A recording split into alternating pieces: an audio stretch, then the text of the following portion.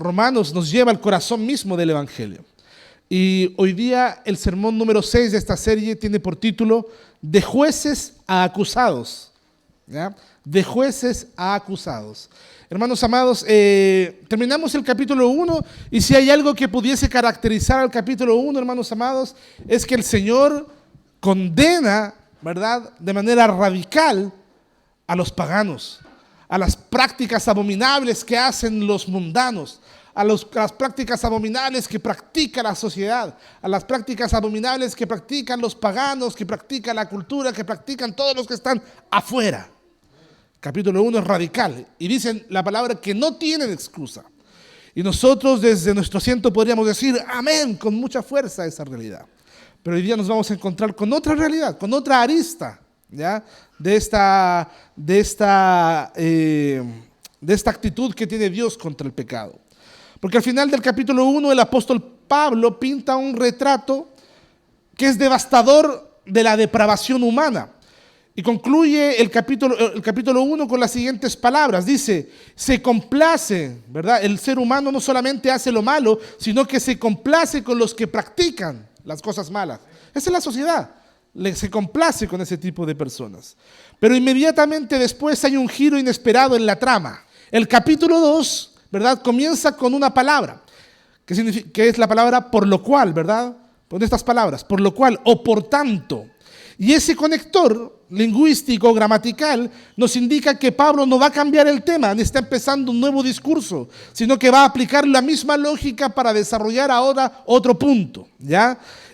Si condenamos, ¿y cuál es el punto? Si condenamos la inmoralidad del mundo que nos rodea, nosotros mismos quedamos atrapados en la misma lógica moral, porque al juzgar, demostramos que conocemos la ley, pero también la quebrantamos. Imaginemos la escena de un juicio crucial, ¿verdad? Imagínense, en el capítulo 1 está el apóstol Pablo actuando como un fiscal implacable, ¿verdad? Un fiscal que se para frente al juez y le dice, quiero presentar pruebas irrefutables, quiero expresar la evidencia de la corrupción del mundo pagano. Y cierra su alegato el apóstol Pablo con el veredicto de que todos son culpables y merecen el juicio de Dios. El público aplaude ante la alocución del fiscal. Al escuchar esto, los respetables, los religiosos, los moralistas en la audiencia del tribunal comienzan a aplaudir y decir, tiene razón el apóstol Pablo al acusar a todos esos paganos. Asienten con la cabeza, sonríen aliviados y piensan, así se habla, por fin alguien pone en su lugar a estos inmorales. Pero de pronto el fiscal se da vuelta, camina hacia los estrados y señala con el dedo directamente a los bancos donde están sentados los buenos ciudadanos, entre comillas, y dice, un momento, su señoría, aún no he terminado. Tengo un segundo grupo de acusados que presentar. Y el fiscal continúa sus alegatos acusatorios, pero esta vez suma a la lista de imputados a aquellos que se creen impunes, a los que miran con juicio desde la comodidad de su autojustificación, diciendo, yo no soy como ellos.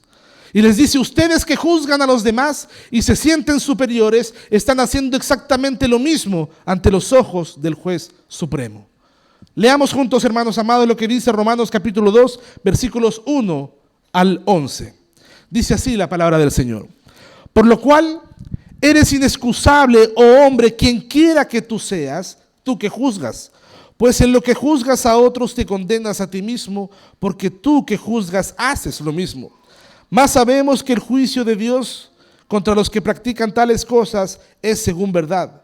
¿Y qué piensas esto, oh hombre, tú que juzgas a los que tal hacen y haces lo mismo, que tú escaparás del juicio de Dios?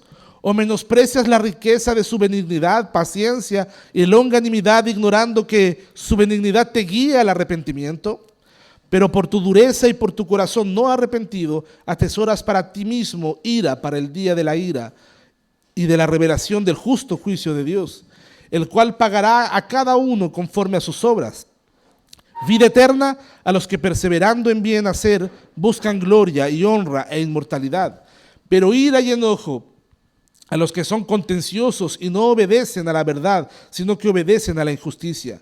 Tribulación y angustia sobre todo ser humano que hace lo malo, al judío primeramente y también el griego. Pero gloria y honra y paz a todo el que hace lo bueno, al judío primeramente y también al griego. Porque no hay acepción de personas para con Dios. Amén y amén. Te invito a que abordemos este pasaje, hermanos. De jueces a acusados. Hermanos amados, lo primero que quisiera manifestar en esta hora es que en el primer siglo los judíos, ¿verdad? Bueno, no ha cambiado mucho esa realidad. Hasta el día de hoy los judíos se sienten que son una raza supremacista, ¿verdad? Superior. Pero en el primer siglo ellos pensaban que eran, ¿verdad? Que eran ellos, ¿verdad? Los únicos, ¿verdad? Que tenían moralidad, ética, conducta ante Dios. Y por lo tanto había un menosprecio constante hacia los gentiles. Y en el capítulo 1, el apóstol Pablo les dice a esos judíos, ¿verdad? En el capítulo 1 le dice que los paganos están bajo condenación por sus inmoralidades, por su actuar. Pero ahora les dice a los judíos que ellos también están bajo la misma posición. Llevémoslo a la situación nuestra, a la situación actual, apliquémoslo. Nosotros de repente juzgamos a la sociedad de una manera, ¿verdad? Sumamente desde un trono de superioridad moral. Y la verdad es que el Señor vuelca esa acusación y nos dicen, ¿y ustedes? ¿Verdad? ¿Cómo están ustedes? Veamos primeramente cuál es el engaño de la autojustificación. Los versículos del 1 al 3 abordan qué es la autojustificación. Dice, por lo cual eres inexcusable, no tienes excusa. Oh hombre, quien quiera que seas tú que juzgas, pues en lo que juzgas a otro te condenas a ti mismo, porque tú que juzgas haces lo mismo. Mas sabemos que el juicio de Dios contra los que practican tales cosas es según verdad. ¿Y qué piensas, oh hombre, tú que juzgas y que haces tales cosas, que tú escaparás del juicio de Dios? Permítame decir una cosa. Primeramente, juzgar a otros revela que conocemos la ley moral. Aquí Pablo utiliza una frase muy directa. Dice, tú hombre, quien quiera que tú seas que juzgas. ¿Quién está en la mente de Pablo al escribir esto? Porque Pablo está pensando en alguien mientras escribe esto. Mientras dice, tú que juzgas. Bueno, se dirige sin duda a esa persona moralista o religiosa que actúa como observador y crítico de la sociedad. Cuando una persona, hermanos amados, emite un juicio moral sobre las faltas ajenas, por ejemplo, condenando los vicios de los demás, ¿verdad? Cuando uno apunta con el dedo a los demás, no dando oportunidad de arrepentimiento, lo que está haciendo es una declaración. Está haciendo una declaración implícita de que él sabe lo que está bien y lo que está mal. Posee una conciencia y un estándar de justicia y por lo tanto no puede alegar ignorancia ante Dios. Por lo tanto, el evaluar la conducta de los demás demuestra que entiende la ley de Dios. Eso es lo primero. El hombre entiende la ley de Dios. Pero en segundo lugar se convierte en un hipócrita. Porque dice la palabra, porque él juzga al otro mientras se condena a sí mismo, porque él mismo hace lo mismo. Porque el que juzga comete los mismos problemas. Existe, hermanos amados, algo más indignante en una sociedad, por ejemplo, que un juez cometa un delito. Que un político cometa un delito, por ejemplo. ¿Por qué indigna tanto? Porque aquellos que debiesen ser, ¿verdad?, salvaguardadores de la justicia, de la honradez, ¿verdad?, de la pulcritud ciudadana, cometen problemas, se dedican a hacer lo mismo mientras juzgan. Hermanos, el término griego para haces, tú qué haces, no siempre implica cometer exactamente la misma acción externa, sino manifestar la misma naturaleza pecaminosa en el fondo. Claro, quizás nosotros no hemos caído, ¿verdad?, en un nivel tan denigrante como cae alguna persona en la sociedad. A lo mejor tú puedes decir, no, yo no he hecho tal cosa como la aberración que comete, no sé, mi compañero de trabajo, mi compañera de universidad, etc. Uno podría decir eso. No obstante, lo que plantea aquí el apóstol Pablo es lo siguiente. Tú tienes la misma naturaleza caída que aquel que se denigra hasta el extremo. Tú que juzgas, ¿verdad?, posees la misma tendencia al pecado. Tienes la misma tendencia hacia lo malo. Hermanos, el religioso puede no caer en escándalos públicos de inmoralidad. Podemos guardar muy bien nuestra imagen y no caer en escándalos, pero a veces incurre en el orgullo, en la arrogancia, en la codicia. La codicia es uno de los pecados que están prohibidos en los 10 mandamientos. No codiciarás. En la envidia, en la amargura o en la falsa piedad. Al final de cuentas, muchos moralistas, ¿verdad?, que no cometen grandes escándalos sociales, guardan una arrogancia supina, ¿verdad?, en el corazón. Porque al condenar exactamente al gran pecador de afuera, el moralista se dicta a sí mismo su propia sentencia, porque quebranta la misma ley moral a la que apela. Porque la ley es una sola, hermanos amados. La ley es una sola. A pesar de que hay distintas actitudes que el Señor condena, la ley de Dios es una sola, santa y perfecta. Y hay de aquel que quebrantase una sola de los mandamientos del Señor. Y al condenar a uno que quebranta, a sí mismo se condena, porque nosotros también hemos quebrantado muchas veces los mandamientos del Señor. Recuerda la parábola de Jesús sobre el fariseo y el publicano, en Lucas capítulo 18, versículos 9 al 14. O la advertencia del Señor Jesús en el Sermón del Monte. ¿Por qué miras la paja en el ojo de tu hermano y no echas de ver la viga que está en tu propio ojo?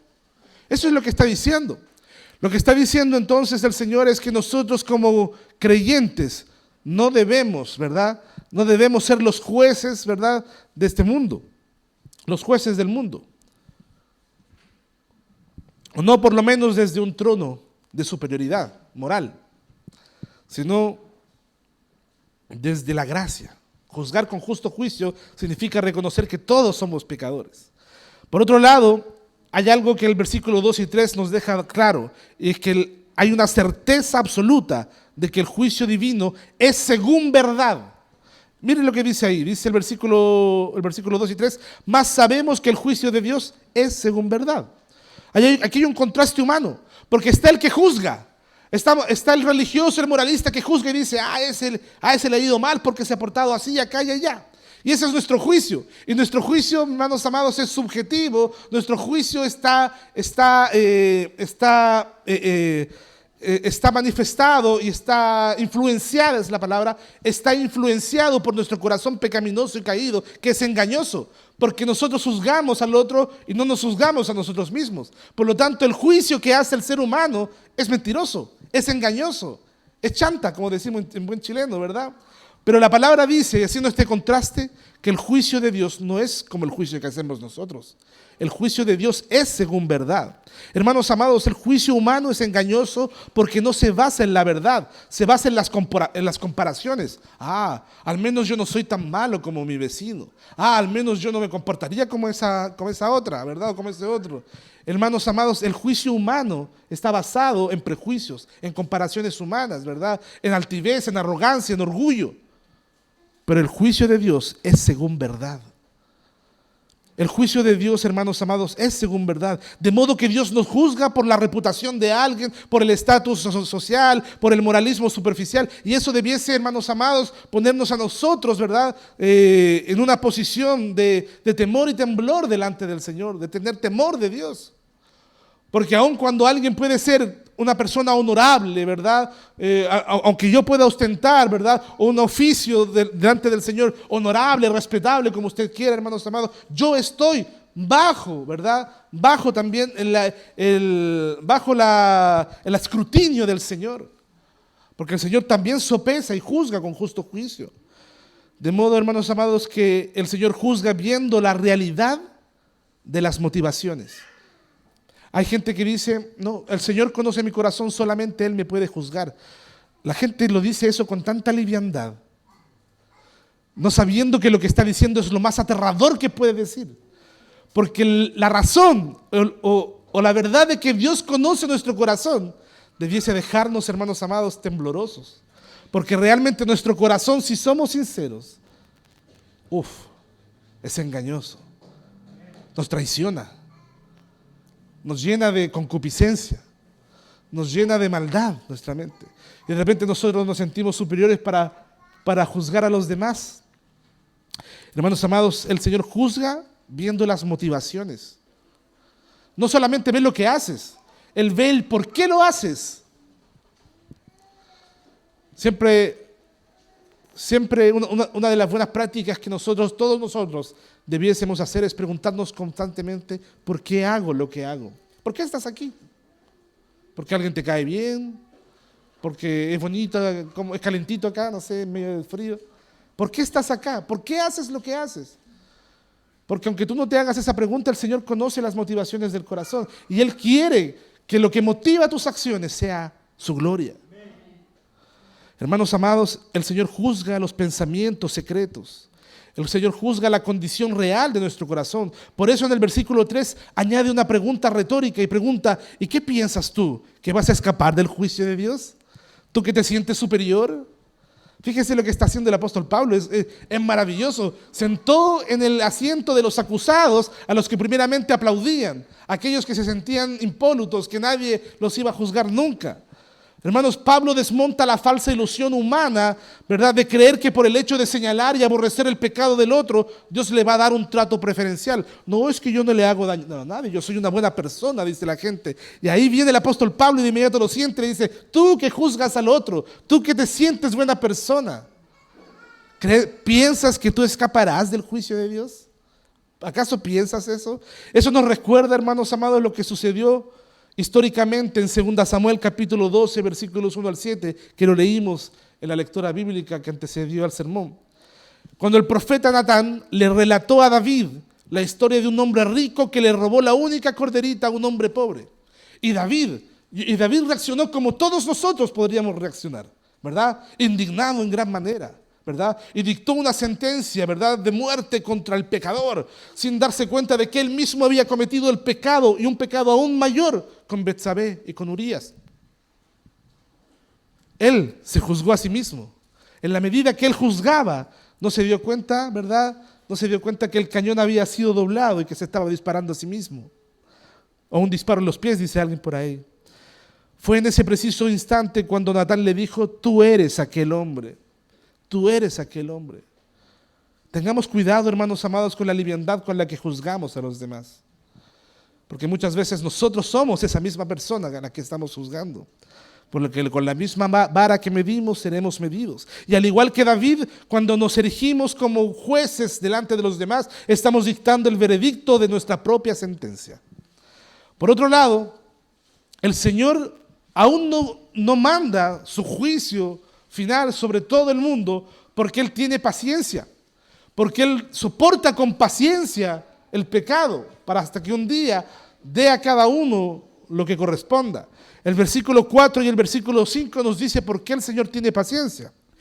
Y dice: o menospreciáis las riquezas de su benignidad, paciencia, longanimidad, ¿verdad? Longanimidad es una especie de como tolerancia. ¿Por qué tolero todavía con paciencia, verdad?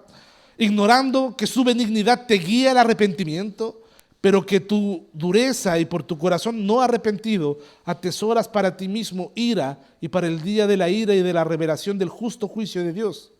Miren, hermanos amados, hay un peligro muy grande que es menospreciar la gracia de Dios. Menospreciar la gracia de Dios. Pablo utiliza aquí la palabra menospreciar, que es la palabra griega kataproneo, que significa mirar en menos, ¿verdad? Subestimar o tratar con indiferencia. El apóstol Pablo describe aquí los atributos de Dios, ¿verdad?, desplegados hacia el pecador con un término bastante abundante. Él dice: las riquezas. O sea, lo que el Señor ofrece al pecador no es un poquito de algo, es una riqueza, ¿verdad? Es algo absolutamente valioso, abundante, ¿verdad? Y menciona 3 aspectos de la gracia divina: la benignidad, que es esa bondad de Dios que suple diariamente nuestras necesidades vitales. Por ejemplo, la vida, la salud, el sustento, la familia, todo eso que tú tienes es por causa de la bondad de Dios. Y Dios le da a todos nosotros, como también al mundo, ¿verdad?, pecador, pecaminoso, les da esa bondad. También habla de la paciencia. ¿Qué es la paciencia? Es la contención del castigo merecido, la decisión de Dios de no enjuiciar todavía a la humanidad. Dios espera con paciencia el día del juicio. Y la longanimidad, que es la capacidad de Dios de soportar la provocación continuada del pecador y del pecado humano sin estallar en la ira inmediata. Como Él es dueño, ¿verdad? Él es impasible, de modo que no se mueve por la ira, por un arrebato de ira. Por lo tanto, el hombre religioso O el hombre moralista, o el hombre que se cree buena persona, comete el error tan grave de malinterpretar la paciencia de Dios, porque cuando ve que el juicio de Dios no cae de inmediato sobre sus fallas, deduce equivocadamente que Dios aprueba su estilo de vida, que Dios aprueba su buena conducta o lo hace inmune, ¿verdad? Y pasa por alto que la paciencia divina no significa que Dios avale su estilo de vida, sino que pone en pausa, sino que es una pausa su misericordia. Hermanos amados, nosotros a veces pensamos que porque Dios no nos ha disciplinado todavía fuertemente, ¿verdad? Pensamos que Dios avala nuestro pecado y podemos cometer ese error. Pero la verdad es que es un grave error caer en esa forma de pensar. Porque el Señor, hay una razón por la cual Dios tiene paciencia con nosotros. Hay una razón por la cual Dios tiene longanimidad y bondad con nosotros. Y esa razón la encontramos en la parte B del versículo 4. Porque Pablo confronta la ignorancia del hombre. Dice, ignorando que su benignidad te guía al arrepentimiento. En otras palabras, hermanos, lo que el hombre debe entender es que el propósito primordial de por qué respira cada día, por qué Dios te ha dado un día más de vida, por qué tienes salud, por qué Dios te ha provisto para tener alimento, por qué Dios te ha dado cada oportunidad, ¿verdad? No es para alimentar tu orgullo y decir, es que yo lo he logrado, ¿verdad? Sino que el propósito es servir como un lazo que te atrae hacia el arrepentimiento. Por eso la palabra de Dios se dice que cada día son nuevas sus misericordias. En otras palabras, el Señor soporta tu pecado y te da un nuevo día para ver si ese día por fin doblegas tu orgullo, doblegas tu arrogancia y dices de una buena vez, hasta aquí nomás, llego con mi arrogancia. Por eso tenemos un nuevo día, por eso sale el sol, a ver si nos humillamos de una buena vez delante del Señor. Señor, tenga misericordia de nosotros. De lo contrario, el versículo 5 da una sentencia muy tajante. Hay una acumulación de tesoro, hay otro tesoro, pero un tesoro no agradable. Pablo aquí usa una metáfora irónica, dice, ¿o acaso en vez de valorar la riqueza de la gracia de Dios, estás atesorando otra cosa? Atesorando para ti mismo la ira de Dios. ¿Desprecias la gracia? Atesoras ira. En el lenguaje cotidiano, atesorar es guardar riqueza, ¿verdad? Con esmero, atesorar riqueza. Pero el hombre con un duro corazón e impenitente, un hombre que no se arrepiente, cree que está acumulando méritos o seguridad. Sin embargo, lo que está haciendo en la realidad es que cada día que vive en autojustificación y rechaza el arrepentimiento, está sumando un tesoro, un depósito más a la cuenta de la ira divina para con él. En otras palabras, mientras rechaza la riqueza de la bondad de Dios, acumula un tesoro de ira sobre sí mismo. Esto debiese ponernos a pensar en aquellos que amamos y que vemos obstinadamente rechazando la gracia de Dios. Queridos hermanos, si hoy día tienes salud, si hoy día tienes una familia, una posición estable, a pesar de tus fallas secretas, no asumas que es porque eres bueno. No asumas porque has hecho otras cosas buenas. Reconoce que es la paciencia de Dios la que te llama a rendirte a Él hoy mismo. Es por su paciencia, es por su misericordia que no hemos sido consumidos. Reconoce, hermanos amados, que no hay buenas razones para seguir postergando que pidamos perdón ante Dios por nuestros pecados. Hermanos, la paciencia de Dios tiene un límite temporal en esta vida, ¿verdad? Usar esa paciencia como excusa para postergar el arrepentimiento es atesorar un juicio más severo. Hay mucha gente que dice, no, yo todavía no me convierto, todavía no camino, dice mucha gente, ¿verdad? Porque hay que dejar muchas cosas y todavía no estoy preparado para dejar estas cosas y empezar a caminar. Misericordia, hermanos amados. Señor, tenga misericordia. Porque usar esa paciencia del Señor como excusa para postergar mi arrepentimiento es atesorar un juicio más severo. Hermanos, la verdadera piedad, que son las virtudes espirituales, no dice gracias Dios porque no soy como los demás, sino dice gracias Dios porque aún siendo pecador, tu benignidad me sostiene y me invita a volverme hacia ti. ¿Sabes por qué a veces te sientes conmovido y con ganas de acercarte a Dios? Porque Dios te está llamando. Porque su benignidad, porque su paciencia te está llamando. Y fíjese otra cosa, y aquí el apóstol Pablo, para cerrar este pasaje, nos habla acerca de la imparcialidad que el Señor tiene a la hora de emitir su juicio. Dice el versículo 6 al versículo 11, dice: Dios pagará a cada uno conforme a sus obras, vida eterna a los que perseverando en hacer bien buscan gloria y honra e inmortalidad, pero ira y enojo a los que son contenciosos y no obedecen a la verdad, sino que obedecen a la injusticia, tribulación y angustia sobre todo ser humano que hace lo malo, el judío primeramente y también el griego, pero gloria y honra y paz a todo el que hace bien, el judío primeramente y también al griego, porque no hay acepción de personas para con Dios. Lo primero que hay que dejar claro, hermanos amados, es que el Señor retribuye de manera justa conforme a las obras. Pablo cita el versículo 6, un principio del Antiguo Testamento, porque la Escritura es consistente de principio a fin respecto a la evaluación que Dios hace. En el Antiguo Testamento, en el versículo 62, versículo 12, dice solemnemente lo siguiente: y tuya, oh Señor, es la misericordia, porque tú pagas a cada uno conforme a sus obras. Y en el último versículo de la Biblia, el Señor Jesús resucitado en Apocalipsis 22:12 dice lo mismo: he aquí yo vengo pronto y mi galardón conmigo para recompensar a cada uno según sea su obra. De modo que en el juicio final las obras serán la evidencia irrefutable del fruto de nuestra vida. Y aquí Pablo no está enseñando la salvación por obras, ni yo tampoco estoy enseñando la salvación por obras, ni contradiciendo la justificación por la fe que va a desarrollar el apóstol Pablo más plenamente en los capítulos 3 y 4 de Romanos.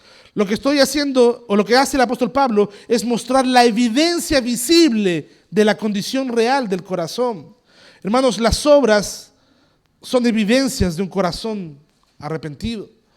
Por eso el apóstol Pablo, o mejor dicho, ¿verdad?, el Señor Jesús habla de dar frutos dignos de arrepentimiento.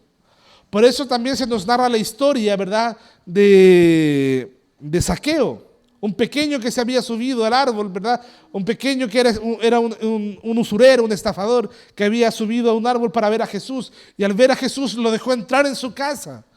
Y el Señor, y él arrepintiéndose, no solamente expresó con palabras: Señor, me arrepiento, sino que dijo: voy a devolver todo lo que he robado y cuadriplicado, ¿verdad? Voy a retribuir, voy a recompensar el mal que yo he hecho.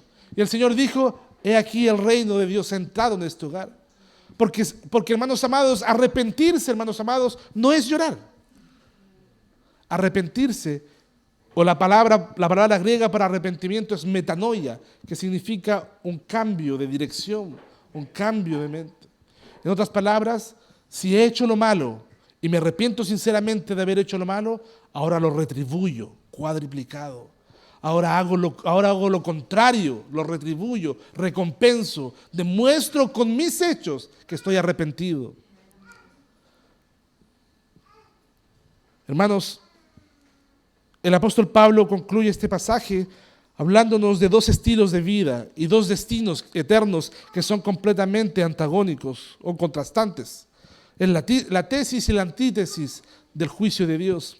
Finalmente vemos en estos últimos versículos donde Pablo elabora un paralelo y un contraste directo entre dos grupos de personas. El versículo 7 y el versículo 10 nos hablan de las personas que perseveran en el bien. Fíjese bien en su actitud. Dice que estas personas, perseverando en bien hacer, buscan gloria, honra e inmortalidad. Eso es verdaderamente piedad. Hermanos, piedad es buscar lo espiritual.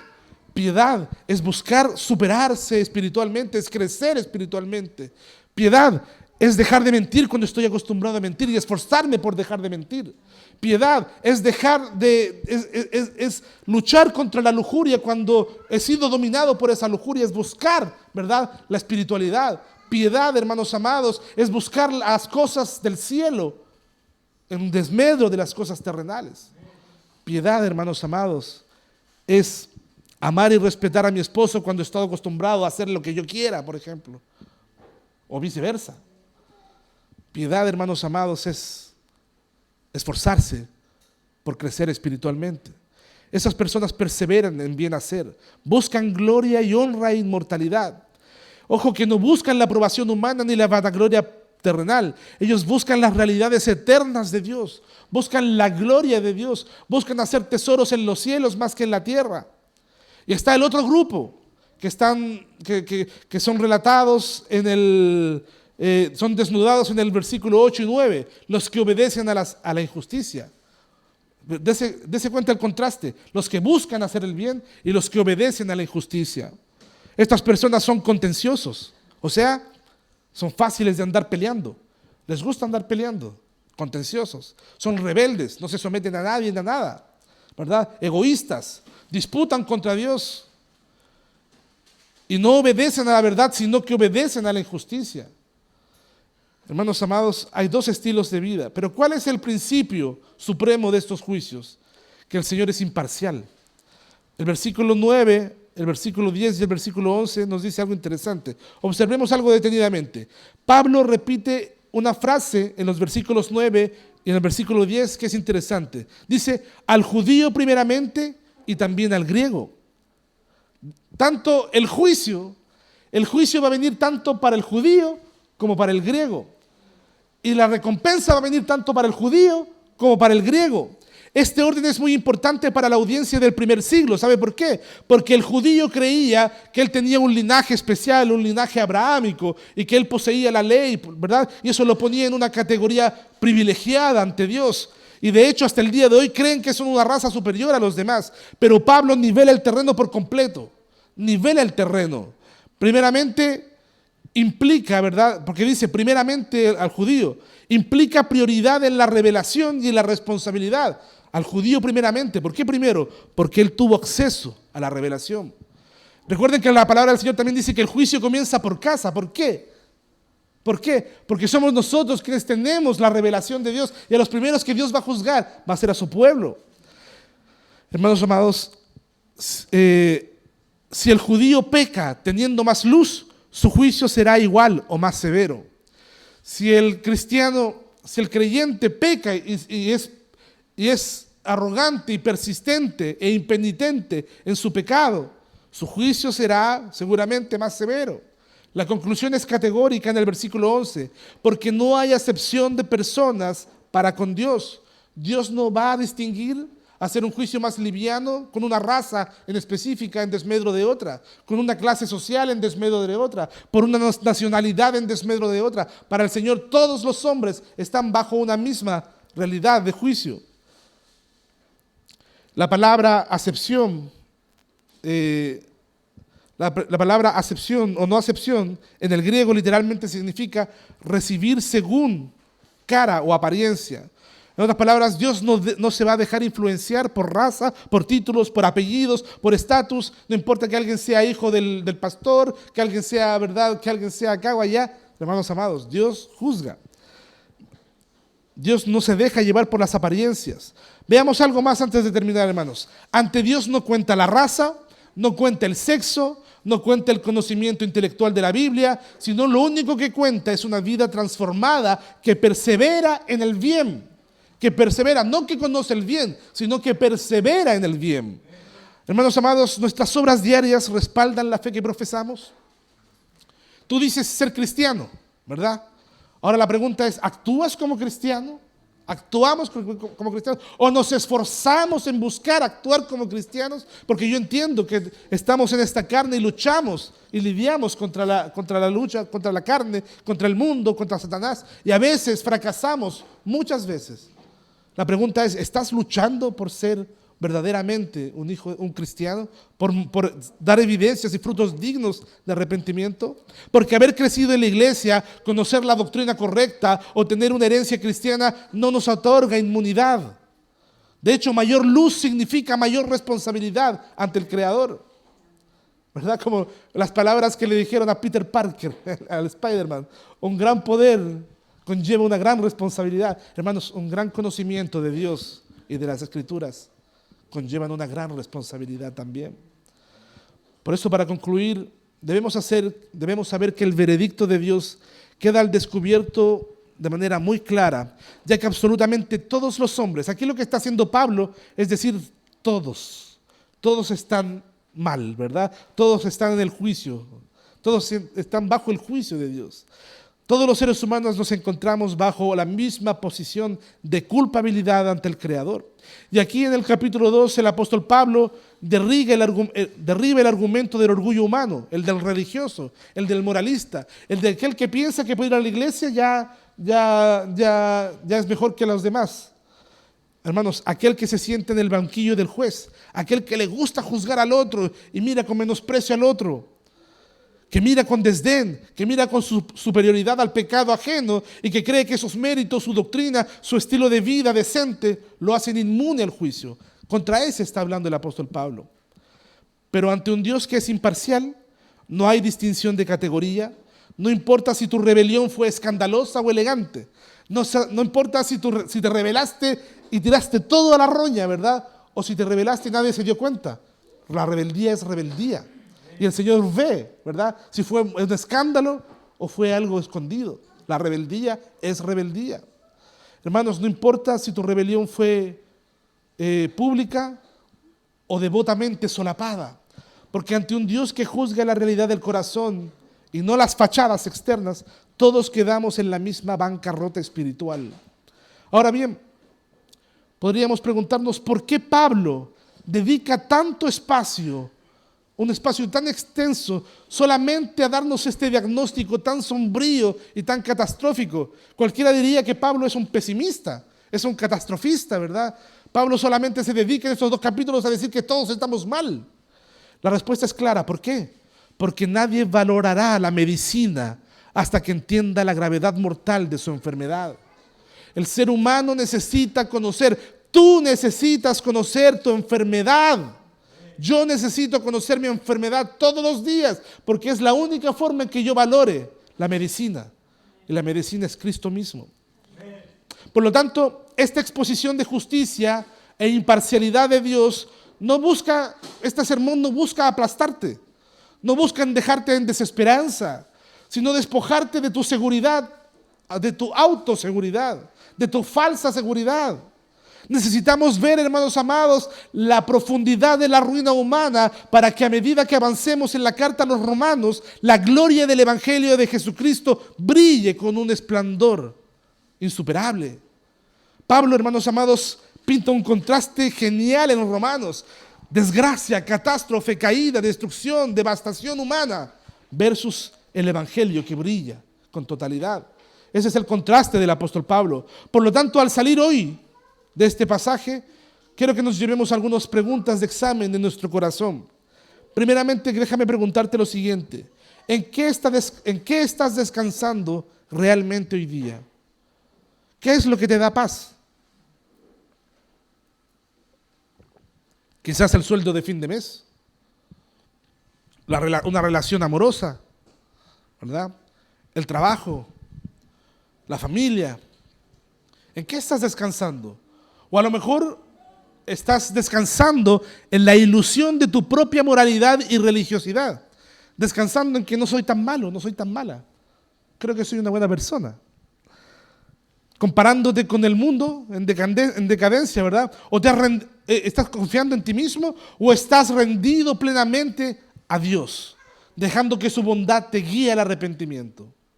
Hermanos amados, si el tribunal de Dios fuera convocado hoy día, en este instante, ¿buscarías justificar tus obras frente a la absoluta imparcialidad del Señor?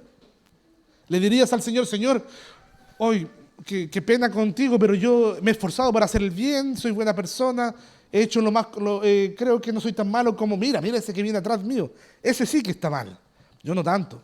¿Actuarías de esa forma justificándote frente a Dios? ¿O huirías con desesperación hacia la única cobertura segura, que es la gracia de nuestro Señor Jesucristo? ¿Sabes qué? Lo único que te puede dar confianza, seguridad y paz en este mundo caído es saber que aunque somos pecadores, Cristo murió por nuestros pecados. Que aunque estamos en esta condición como la señala el apóstol Pablo, aún así, Cristo es suficiente. Cristo murió para darnos paz. Él tomó nuestro lugar. En Él estamos seguros. Por eso te invito hoy día más que nunca a aferrarte en Cristo, el único camino, ¿verdad?, hacia el Padre. Te invito a ponerte de pie y oremos al Señor dándole gracias por su palabra.